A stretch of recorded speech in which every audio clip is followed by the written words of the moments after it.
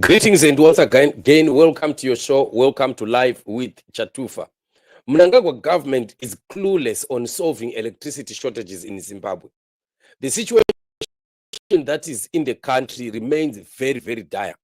Looking at a country that has been for many years, 44 years plus, relying only on especially hydroelectricity, it becomes very problematic now to see that the government of Mnangagwa does not know what to do anymore, since the water levels are so low in the Kariba Dam.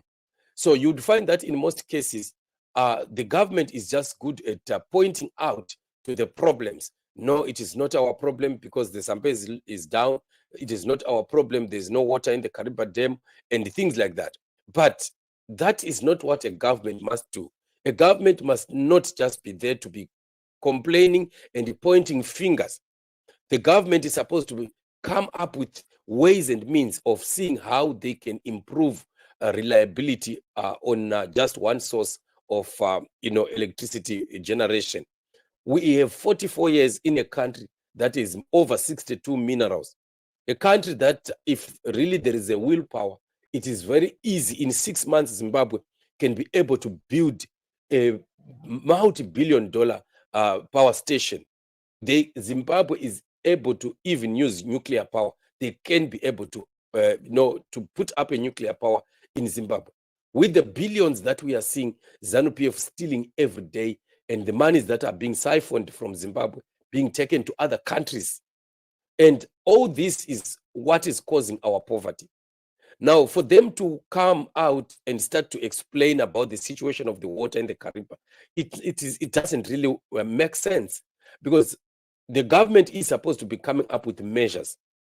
Because we have a problem where there are projects like the solar projects that people like Whitney Uchivayo have just chewed the money and put money, all those monies into their personal pockets, and nothing is happening about it. We also have wind. Wind is another source that can be used to harnessed to be used for the production of electricity through turbines. That is another way that can be done.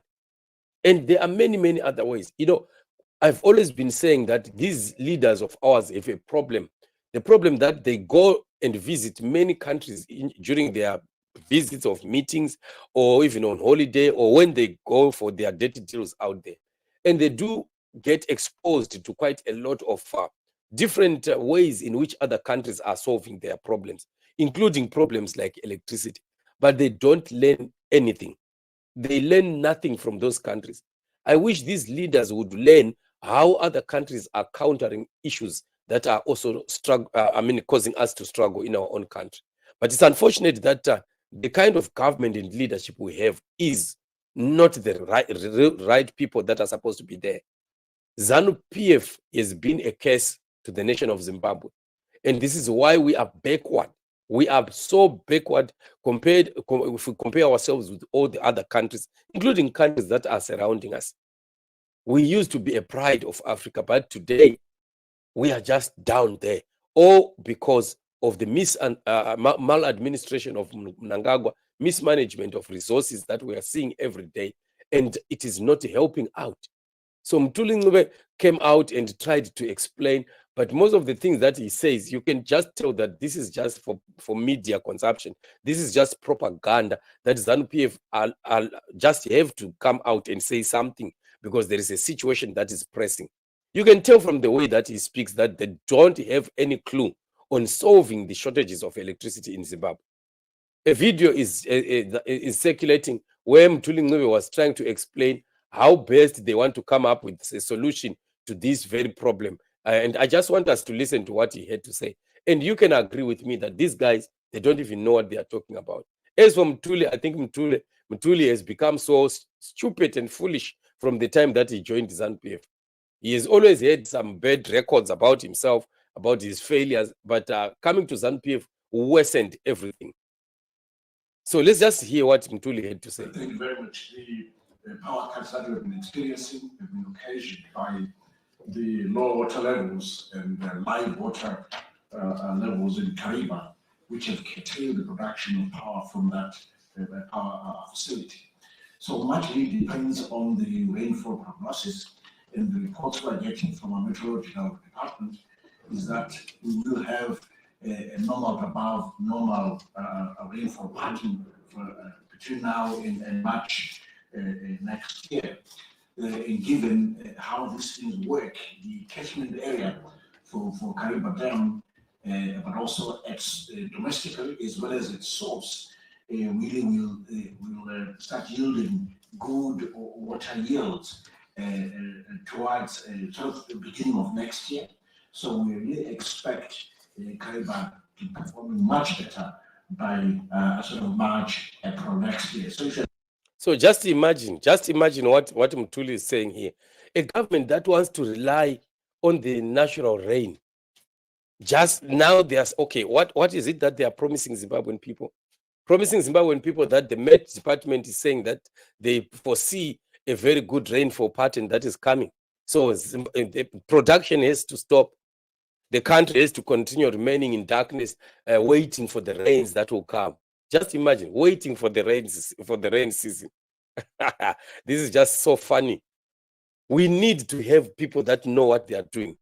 You can't be telling the country to stop production, industries to stop working, and everywhere where electricity is demanded for productivity in the country, because you are talking about some rainfall that will come sometime, as if it's guaranteed.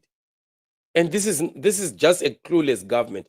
A government must come up with measures that solve the issue of dependence on the natural rain. And then we will know that at least we have a guarantee that businesses and all those that are using electricity can continue to run their businesses. Thinking of it in terms of power cuts and so forth, at least the contribution of Kariba facility will improve as we move to the end of the first quarter of 2025. Then on the issue of, I think the issue of decommissioning has been dealt with, but I think you meant that perhaps the Kariba might be shut down because of the low water levels. I've been given the answer to the first question. We don't expect this to happen. On the Zimbabwe side, as you know, we share this facility with Zambia through, and it's managed through ZRA, Zambezi River Authority, which is co-managed through that company as well as the interministerial committee on both countries, comprising the Ministers of Energy, Ministers of Finance, as well as the Attorneys General. So really, our prognosis is that on Zimbabwe side, there shouldn't be any difficulty at all. We haven't even started taking into the initial 5% allowable overuse in terms of our water allocation. And then once you go over the 5%, you then move into the reserve. We're not there yet there in Zimbabwe, so we don't even expect to pay a penalty. On the side of Zambia, let me not comment, it's a foreign country and a Minister of Finance for Zimbabwe. Just imagine. So after all this, there is nothing that you can really say. Mtuli has come up and said and given Zimbabwean people hope that there is a government that is working out solutions to the problems that are bedeviling the country. And this is the problem. So we will not go anywhere as long as we have ZANU-PF in power. That's why our fight to remove this ugly government must continue to be on. We must fight on. We have no choice but to fight until ZANU-PF and Emmerson Mnangagwa are out. We want a government that would be, right now, Mtuli was supposed to be talking of resources that the government has come up with, to come up with other sources of power generation that could help the country to come out of this crisis. But how do they expect the economy to work if they can't come up with solutions? And instead, they want to rely on excuses.